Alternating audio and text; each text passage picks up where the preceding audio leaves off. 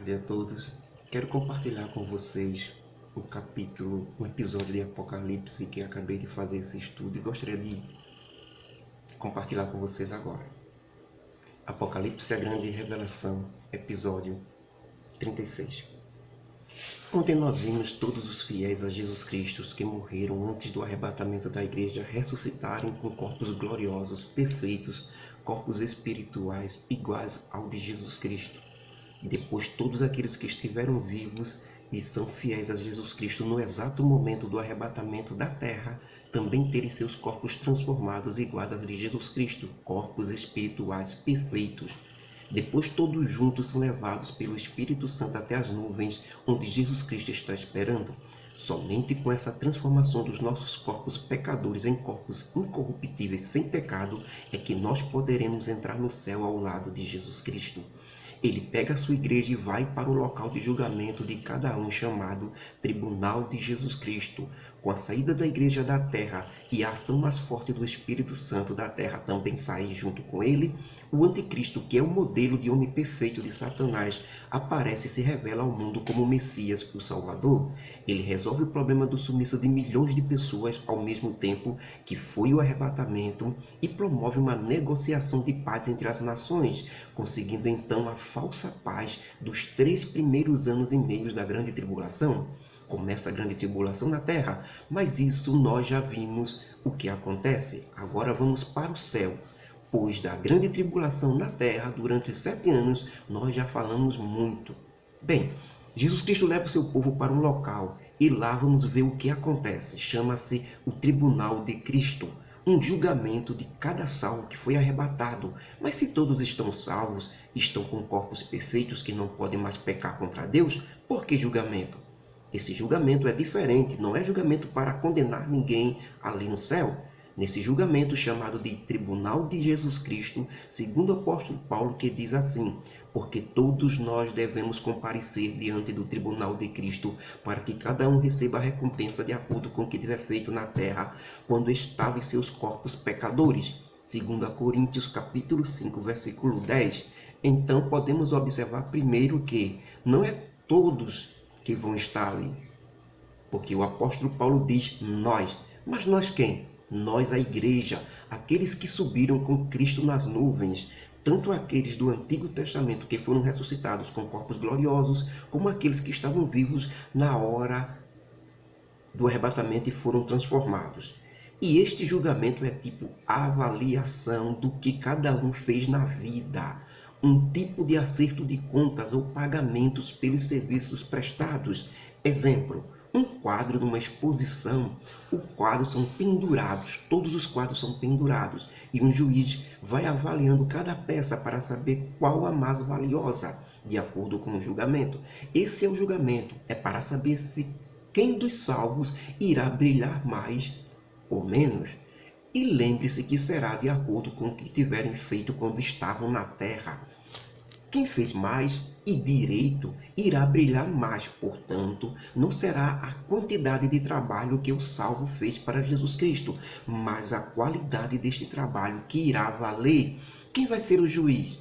Que instrumento utilizará para o julgamento de cada salvo fiel? O juiz, sem dúvida, é Jesus Cristo, e o instrumento utilizado é o fogo, mas não esse fogo que conhecemos aqui, mas o fogo dos olhos de Jesus Cristo que vimos no começo do livro de Apocalipse. Jesus tem olhos como chamas de fogo.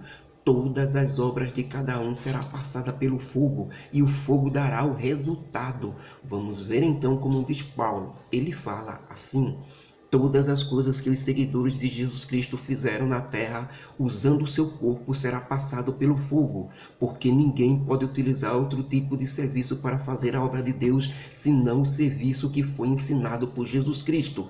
Na verdade, essa obra ou serviço será descoberta naquele dia, porque o fogo declarará se a obra é confirmada por Jesus Cristo. Depois que passar pelo fogo, sairá 3 categorias. As 3 obras boas que dá direito à recompensa, que é ouro, prata e pedras preciosas.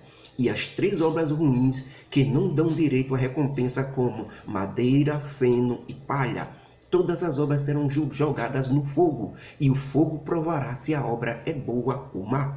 O apóstolo Paulo escreveu isso em 1 Coríntios capítulo 3, versículo 11 até o 15. Então vamos examinar.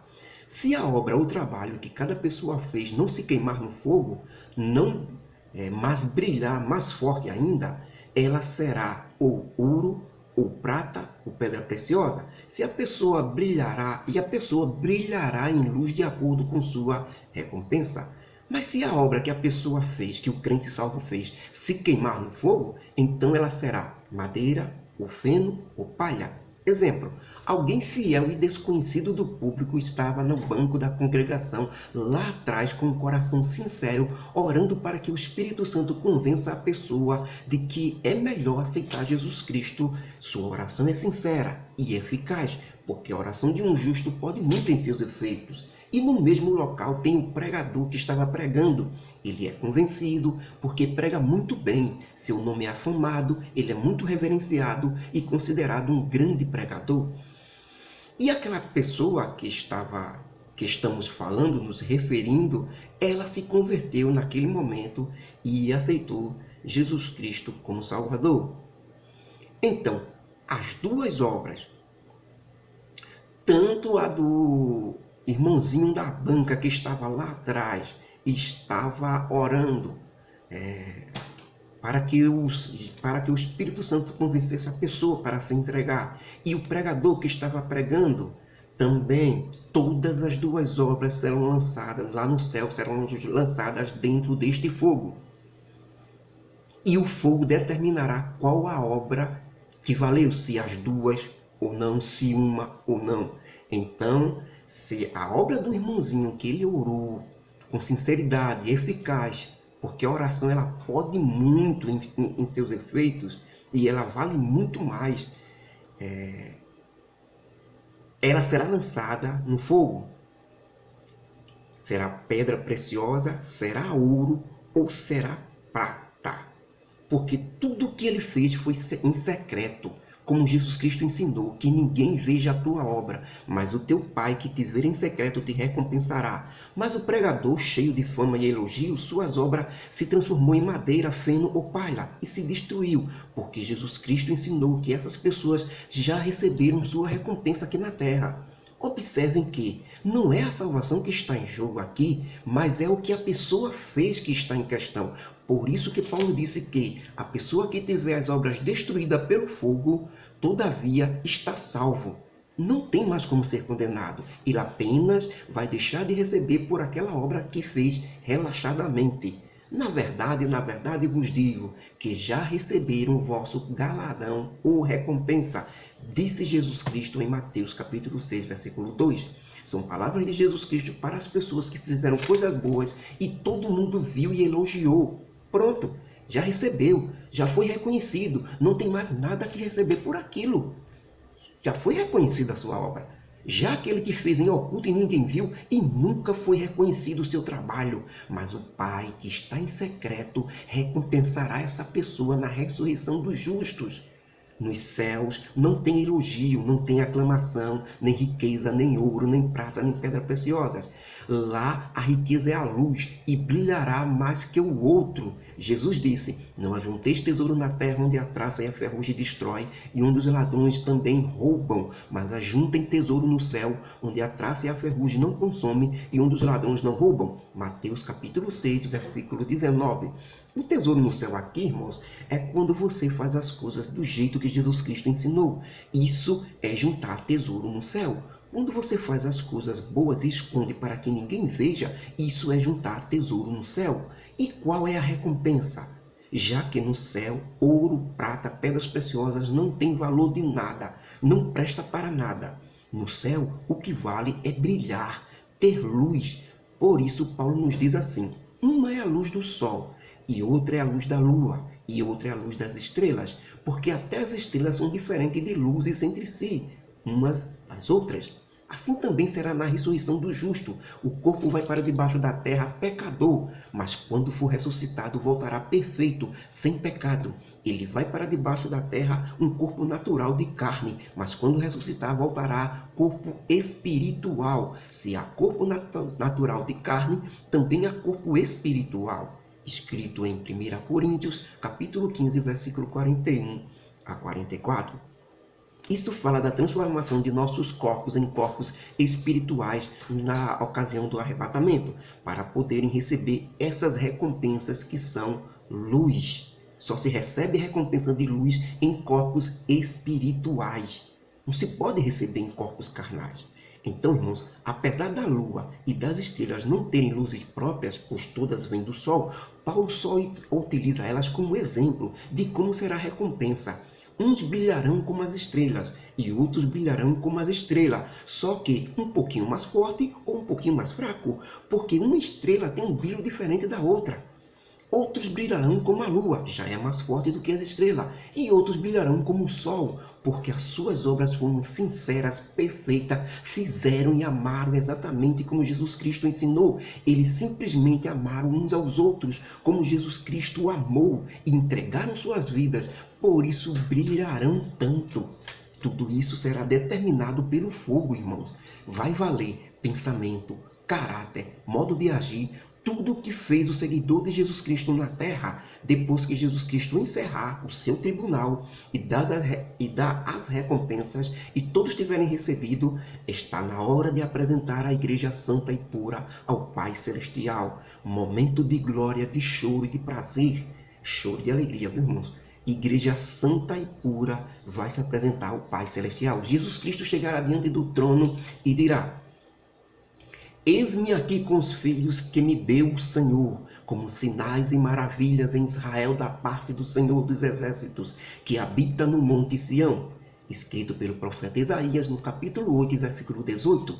E também Jesus Cristo dirá: aqui estou eu, com os filhos que Deus me concedeu. Livro de Hebreus, capítulo 2, versículo 13. Então, irmãos, é a grande apresentação da igreja para Deus o Pai, feita pelo próprio Jesus Cristo, que disse: aqueles que me aceitarem na frente dos homens, eu também o aceitarei diante de meu Pai e dos anjos que estão no céu. Porém, aqueles que me negarem diante dos homens, também eu negarei diante de meu Pai e dos santos anjos que estão nos céus. Livro de Mateus, capítulo 10, versículo 32. Já que todos estão com corpos espirituais, irmãos, não haverá mais necessidade de fome e nem de sexo. Essas coisas não serão mais necessidade do homem com corpo espiritual, mas os corpos espirituais só poderão comer da árvore da vida que está no paraíso de Deus, que Jesus Cristo prometeu a todos nós. Nós retornamos, irmãos, para o paraíso de onde Adão tinha sido expulso. Glória a Deus. Jesus Cristo agora nos retorna para o paraíso para comer da árvore da vida que Adão foi proibido de comer depois do pecado. Já o sexo confirma aquilo que Jesus Cristo ensinou quando estava na terra, dizendo: vocês erram não conhecendo as Escrituras e nem o poder de Deus, porque nos céus nem se casa nem se dão em casamento, porque todos os fiéis serão como os anjos de Deus. Evangelho segundo Mateus, capítulo 22, versículo 29 e 30. Ou seja, os anjos não precisam de sexo nem de nada disso que nós humanos precisamos. Não existem nem anjos em sexo feminino, como alguns ensinam, e até evangélicos acham que existe anjo criança. Anjo, irmãos, eles não têm sexo, são simplesmente seres espirituais. São todos de um tamanho só e todos não têm forma. Foram criados para serviço daqueles que vão herdar a salvação. Fora da terra não existe gênero feminino. Lá no céu tudo é espiritual, sem forma, ou conforme a forma que Deus determinar. Ou seja, nós trouxemos a forma do carnal, que era Adão. Agora teremos a forma do espiritual, que é Jesus Cristo. Todos teremos o corpo glorioso de Jesus Cristo. Então todos serão, não existirá feminino ou masculino, velho, criança, mulher, moço, jovem, todos terão corpos iguais aos de Jesus Cristo. Não existirá criança, todos serão um corpo espiritual só, do mesmo tamanho, da mesma forma. O próprio Deus é espírito, e importa que aqueles que o adorem façam isso em espírito e em verdade, e não na forma material. Quem faz adoração de forma material, para todo mundo ver, é um tolo e egocêntrico. Bom, com isso encerramos então a partir de agora é as bordas do Cordeiro, o grande banquete nos céus. E Jesus Cristo servirá um por um todos os convidados na grande mesa nos céus com Abraão, Isaque e Jacó. Jesus Cristo nos levará às moradas celestiais que ele preparou, ou em outras palavras, mansões celestiais. O que é isso? Quando Jesus Cristo ressuscitou e estava para subir aos céus, ele falou para os seus discípulos: na casa de meu Pai há muitas moradas. Se não fosse assim, eu não teria dito a vocês: vou preparar-vos lugar. E se eu for e vos preparar lugar, virei outra vez e vos levarei comigo, para que onde eu estiver, estejais vós também. Escrito por João em seu livro, no capítulo 14, versículo 1 até o 3. Depois disso, Deus finalmente diz a Jesus Cristo: chegou a hora, o povo de Israel na terra está sendo massacrado pelo anticristo na grande guerra do Armagedon e estão clamando a Deus por socorro. Passaram já 7 anos e termina as bordas do Cordeiro. Jesus Cristo reúne sua igreja, seus anjos, monta no cavalo branco com a coroa de ouro em sua cabeça e muitos diademas. Também na coxa está escrito Rei dos Reis, Senhor dos Senhores. Seu nome é fiel e verdadeiro, e desce a comitiva celestial em glória direto para a terra. Próxima parada, Monte das Oliveiras em Jerusalém. Enquanto isso, na terra, Satanás, o anticristo, a besta e o falso profeta atormentam a vida da humanidade, estão a ponto de destruir o Estado de Israel com seus exércitos. Apocalipse capítulo 19, versículo 7 a 16. Tudo que falei é o que acontece nos céus, enquanto na terra é a grande tribulação.